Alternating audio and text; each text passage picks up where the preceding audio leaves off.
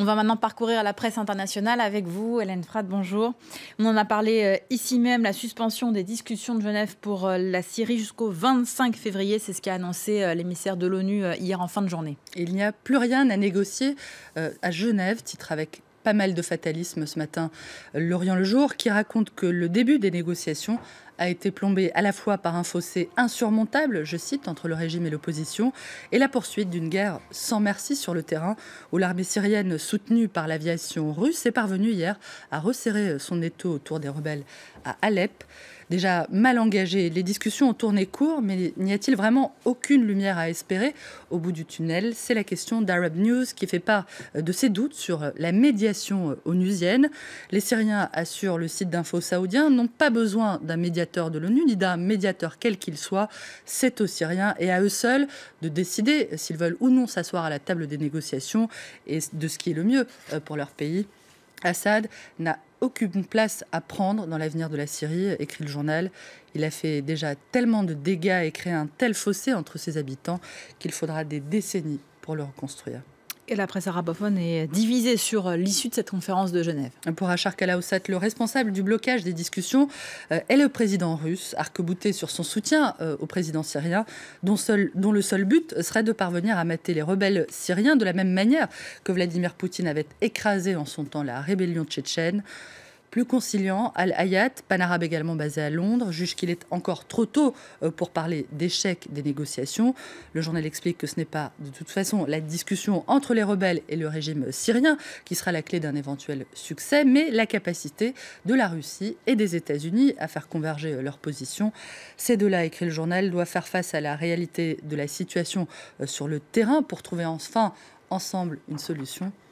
La paix, elle, attendra encore. À voir pour terminer avec le dessin de Carlos Latuf pour Al-Quds Al-Arabi, qui montre une colombe les yeux rivés sur sa montre. Elle s'impatiente, perchée sur une table des négociations qui a été abandonnée, on le voit, par les Syriens.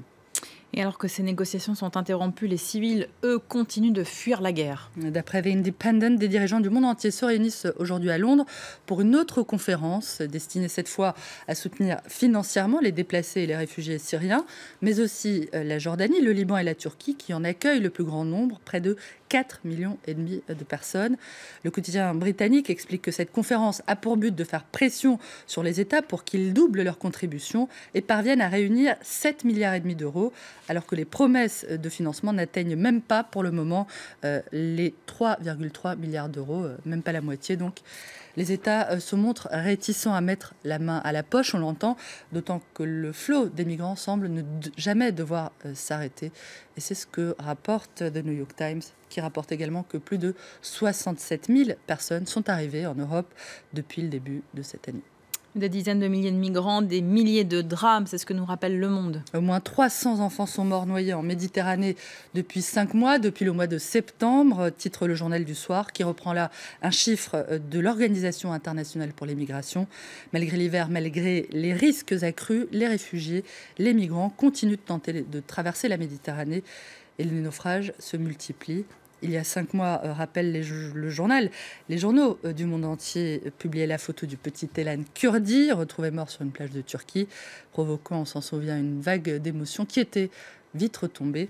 Au-delà de l'émotion, c'est aussi l'avenir de l'Europe qui se joue sur ces rives de la mer Égée, rappelle le journal Le Monde.